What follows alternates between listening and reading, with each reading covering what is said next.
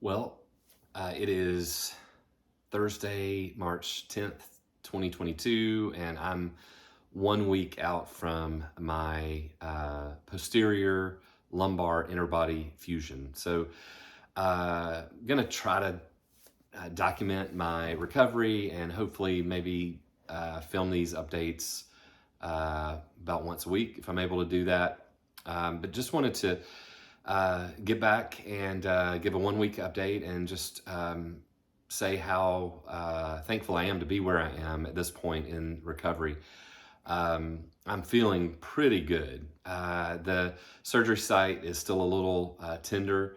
I have a Prenio dressing on it, so no staples or stitches.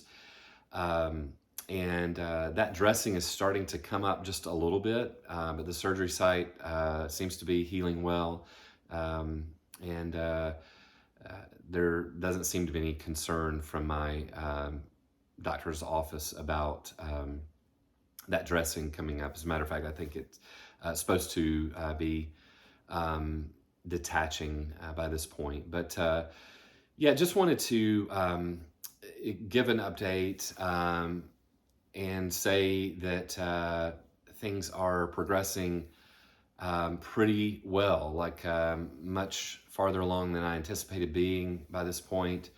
I am weaning myself off of the painkillers and plan on not using those anymore. We'll continue to use a muscle relaxer that was prescribed for a little bit longer. I've not had any back spasms, so I will probably use that just a little while longer, and then discontinue that as well. But I'm told by my doctor that those are not as concerning as the painkillers with respect to addiction. So I'm not as concerned about continuing use of that for just a little bit longer. Sleeping at night in my bed is a little uncomfortable, but I have a recliner that which I'm sitting in right now, happens to offer a good night's rest. And so just for change of scenery, what I have been doing is starting out in either the bed or the recliner, and then at some point in the night changing, and it seems to be working out okay. It's not ideal because it's broken or disturbed sleep, but hopefully that will change in the near future. So I wanted to talk a little bit about my case, like I mentioned I would in the first video, and why I decided to have back surgery. I have wrestled with back pain for a long time, as far back as high school. I loved high school or playing basketball in high school, but had to give it up because of back pain. I was not any good anyway, so it wasn't a huge loss to my school or the sport of basketball in general. But it hurt nonetheless, right? To give up something that you love. And so I would, wrestle with back issues and back pain off and on for years and years and years after that, up to this point. And occasionally what that meant was that I would injure myself by doing something relatively light duty. It wasn't anything crazy that I was doing. And then I would become immobile until physical therapy or chiropractic could help me work through that that damage or injury that I had done to myself. So that continued for a number of years. And I would off and on see back doctors about my pain and would ask if I was a candidate for surgery, and routinely would continually be referred to physical therapy. And so I was in this loop of being in pain, seeing a professional about it, and then being referred out to someone else. And it would help for a while, but then again, I would do something uh, that would injure my back and cause me to have to repeat the cycle. And so fast forward to fall of 21. So this past fall, uh, I went to see a back doctor very close to where I live, and he called for an MRI. And the MRI showed that I had no disc between L4 and L5. Um, and he asked if I had seen a physical therapist. I said yes. He asked if I had received injections, which I had received two, um, and they had not offered any long-term solution or relief. Um, and so he offered to operate on my back. Um, he proposed a transforaminal lumbar interbody fusion. He told me to do all the research and then come back to him with any questions that I might have. And I did that. I watched a lot of videos, read a lot of articles, um, drafted some questions, and got back to him. He was very kind and quick to reply. But I will say that his answers to my questions were not satisfying. And I didn't feel great about seeing him operate on me. And so a friend of ours and I don't know that I mentioned, this was an orthopedic surgeon that I'd seen. A friend of ours had seen a neurosurgeon close to where he lived, and this neurosurgeon operated on my friend's neck, and our friend was just incredibly satisfied with the results from the surgery. Could not say enough good about this neurosurgeon. And I will not mention the doctor's name on the video, but if you're curious, I'd be more than happy to send you information on him through comments. I would highly recommend this neurosurgeon if you live in North Georgia or close to it. It is about an hour and a half drive for us over to the city where he operates out of, but well worth it. Just could not say enough good about this surgeon. He offered a different procedure to me. My wife and I got an appointment to meet with him, and in that consultation, he offered a posterior lumbar interbody fusion and explained why.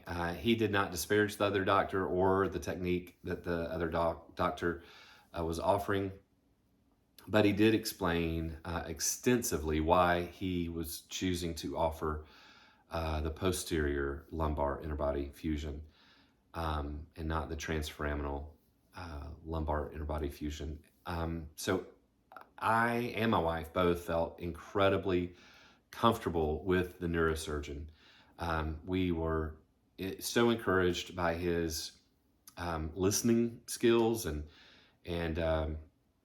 by his philosophy, by his suggestion of technique, and yeah, needless to say, we just felt really good about him. And so went through the song and dance with insurance, and it was scheduled rather quickly. The surgery was, and so here 1 week out, I again am doing far better than I ever anticipated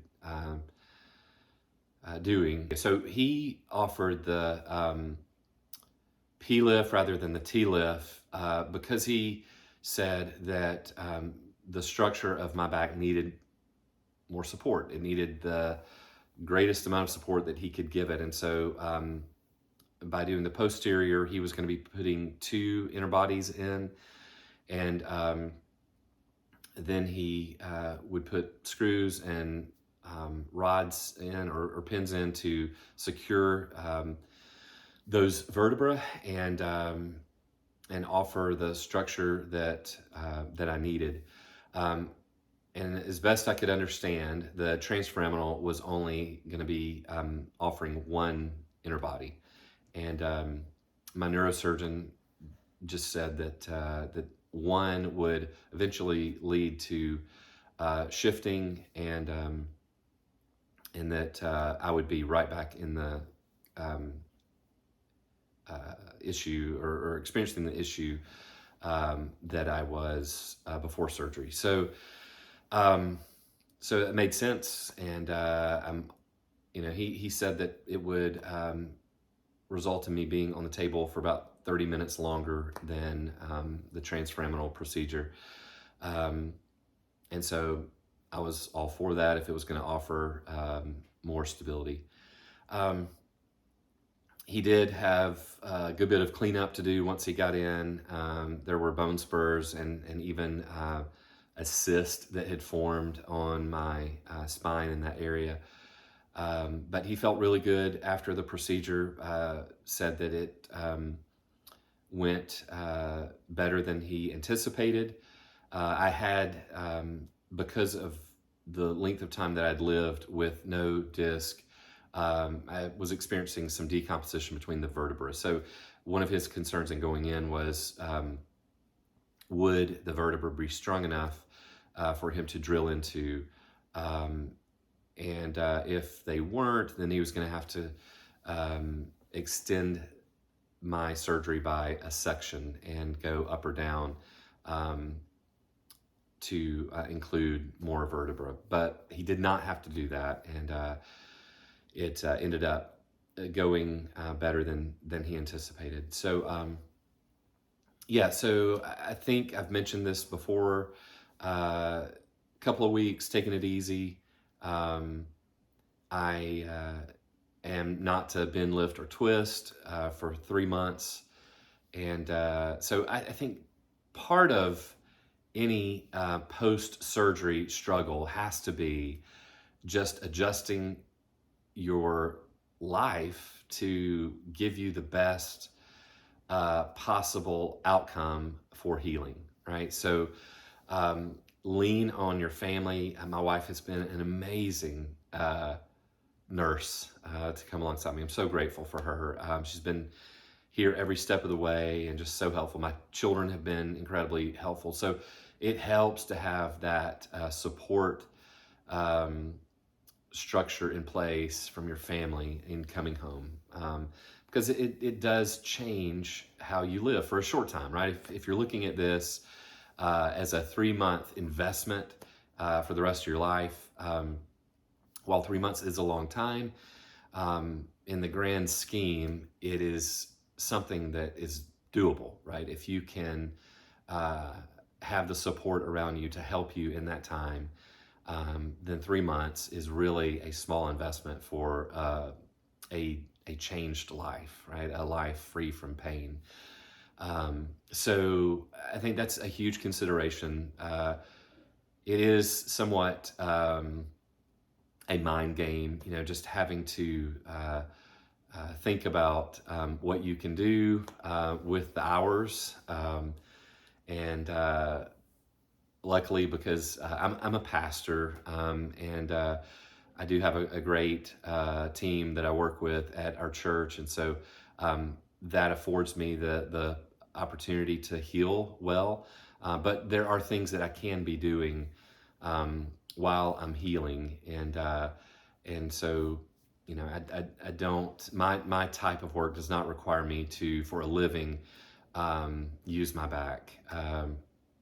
Like I'm not lifting bags of cement every day, or having to do a lot of manual labor that would prevent me from healing well. So that is certainly something to consider in healing, if you can do this.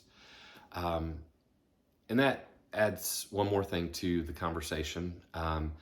Because I'm a man of faith, I don't want to discount the role that has played in everything leading up to my surgery and my surgery, and then here coming out of my surgery. And I want to offer, if you want to talk about back issues, then I'm happy to do that. But if you want to send me comments with respect to faith, then I would love to talk with you about that as well. Look, I've had a lot of folks praying for me, friends, family, church members, and I know that the Lord has answered many, many of those prayers, and I'm so grateful. But as a man of faith, I realize that my faith does not hinge on whether or not my back surgery was successful, right? God is sovereign over all things. So even if my back surgery would have been quote unquote unsuccessful, I would still trust the Lord in that, right? Knowing that that the result of a back surgery does not determine what I believe about my great God. So I'm thankful for my faith and the role that that has played in this process. And again, I'd be happy to talk with you about that, what it means to have faith in the Lord Jesus, and what that can mean for you, not only in back pain and in healing from back pain, but in your life in general, and thinking about the things to come, right? So I would love to have more conversations with you if you so desire.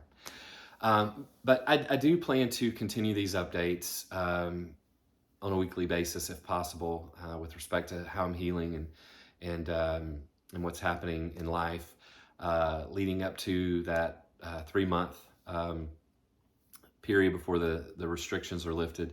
And then hopefully beyond, what life looks like post back surgery and post restrictions being lifted.